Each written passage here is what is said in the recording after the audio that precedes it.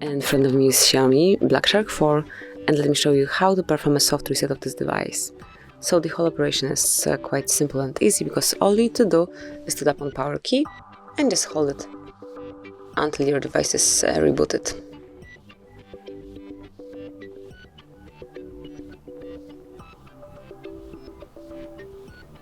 And now you can leave power button and wait until your device is turned on.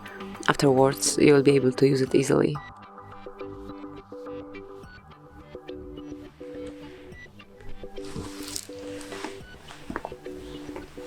And that's it. You just provide your PIN code and also screen password if you have one. And that's it.